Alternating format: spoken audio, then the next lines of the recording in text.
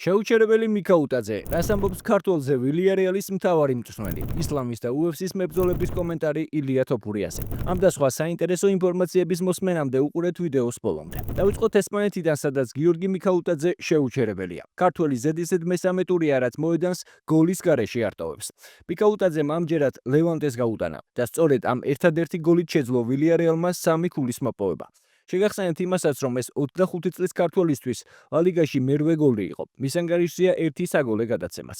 ქართველმა გოლის გატანა ამ სეზონში თასზე და ჩემპიონთა ლიგაზე შეძლო. გეტყვით იმასაც, რომ მიქაუტაძემ ტოპ 5 ლიგაში გოლების რაოდენობით 2 ყოფილ ქართველ ფეხბურთელს გადაუსწრო. ლევან კობიაშვილს და ალექსანდრე იაშვილს. უფრო კონკრეტულად კი, ლევანტესთან გატანილი გოლი მიქაუტაძისთვის 33 იყო. გიორგიმ 25 გოლი ლიგა 1-ში გაიტანა, 8 კი ლა ლიგაში. ლევან კობიაშვილის და ალექსანდრე იაშვილის ანგარიშზე კი 32-32 გოლი იყო. აღსანიშნავია ისიც, რომ ტოპ 5 ლიგაში ბომბარდირი ხვიჩე კვარაცხელია 36 გოლით. მაგრამ თუ მიქაუტაძის ფორმას გავითვალისწინებთ, გამორიცხული არაა, რომ მან პირველ ადგილზე გადაინაცვლოს. რაც შეეხება ლევანტესთან გამარჯვებას, ქართველი რა თქმა უნდა ესპანურმა მედიამ აჩიაქო. მათი აზრით მიქაუტაძე არის ფეხბურთელი, რომელიც თამაში განსხვავებას ქმნის. ქართველზე შეხვედრის შემდეგ კომენტარი გააკეთა ვილიარეალის მთავარმა მწვრთნელმა მარსელინომ. მიქაუტაძე ძალიან კარგად თამაშობს და არა მხოლოდ გოლების გამო. ის უფრო მეტად არის ჩართული. უკეთეს მის გუნდის ტაქტიკა. უკეთ კოორდინაცია უწევს თანაგუნდელებთან და გონებრივად უფრო მოქნილია.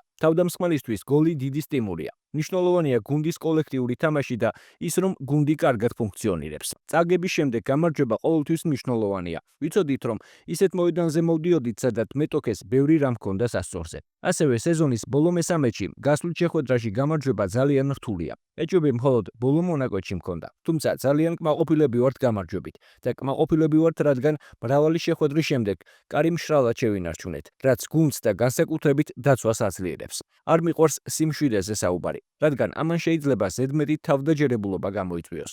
ყურადღება არ უნდა გავამახვილოთ იმაზე, თუ რას აკეთებენ სხვები, არამედ იმაზე, თუ რას ვაკეთებთ ჩვენ. 24 ტურის შემდეგ 48 ქულით მესამე ადგილზე ვართ და ეს იმაზე მიუთითებს, რომ კარგად ვთამაშობთ. ნორმალურია აღმავლობა და დაღმასვლა, რადგან ორ ტურნირში დიდი ზეწოლის ქვეშ ვიყავით. ახლა საბოლოო ეტაპისთვის საკუთარ თავზე უნდა გავამახვილოთ ყურადღება. შეგახსენებთ, რომ ვილიარეალს 24 შეხვედრაში 48 ქულა აქვს და ლა ლიგაში მესამე ადგილზეა. ქართველის გუნდი შემდეგ შეხვედრას 22 თებერვალს ვალენსიას წინააღმდეგ გამართავს. ახლა კი ჩემპიონთა ლიგა, სადაც ხვიჩე კვარაცხელიას პარი სენ-ჟერმენმა პლეი-ოფის პირველ შეხვედრაში მონაკოს სტუმრად 3-2 დაამარცხა.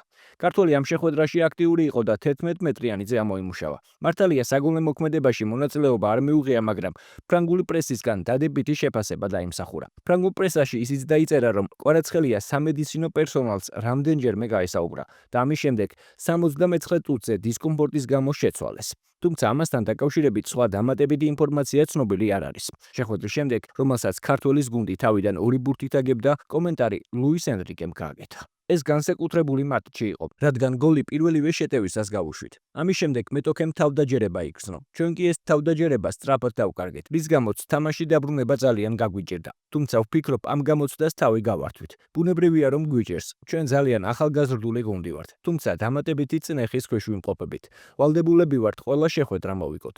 აქვე მინდა მადლობა გადავუხადო ჩვენს გულშემატკივრებს. არც როგორც ფეხბურთელს და არც როგორც მწვრთნელს ასეთი გულშემატკივრობა არასდროს მინახავს. მადლობა მათ, ეს შეხვედრა მათთვის იყო. შეგახსენებთ, რომ პარი სენ-ჟერმენისა და მონაკოს საპასუხო შეხვედრა 25 თებერვალს გაიმართება. თუმცა მანამდე ლიგა 1-ში 22 თებერვალს მეც დაუპირისპირდებიან და დიდი შანსია მოედანზე ერთდროულად 4 ქართველი ვიხილოთ. ახლა კი UFC, ილია თოფურია, თეთრი სახლი და ისლამ მახაჩევი. მებრძოლები, დაპირისპირება და ადგილი, რომელიც უმეტესობას სურს. თითქოს ეს რეალურიც გახდა ბოლო პერიოდში, როდესაც ისლამმა განაცხადა, რომ მზად იყო ილიასთან თეთრ სახლში ეჩხუბა. ილიასაც რომ ეს ბრძოლა დიდი ხანია სურს, ყველამ ვიცით. თუმცა დღეს 99%-ით შეგვიძლია ვთქვათ, რომ ეს ბრძოლა თეთრ სახლში არ შედგება. და ამაზე ილიას სასურველმა მეტოქემ თავად ისაუბრა. უფრო მეტიც, მახაჩევმა იან გარზეც ისაუბრა, რომელიც ბრძოლისთვის საქართველოში ემზადება და რომელიც შესაძლოა ისლამის მომდევნო მეტოქე იყოს.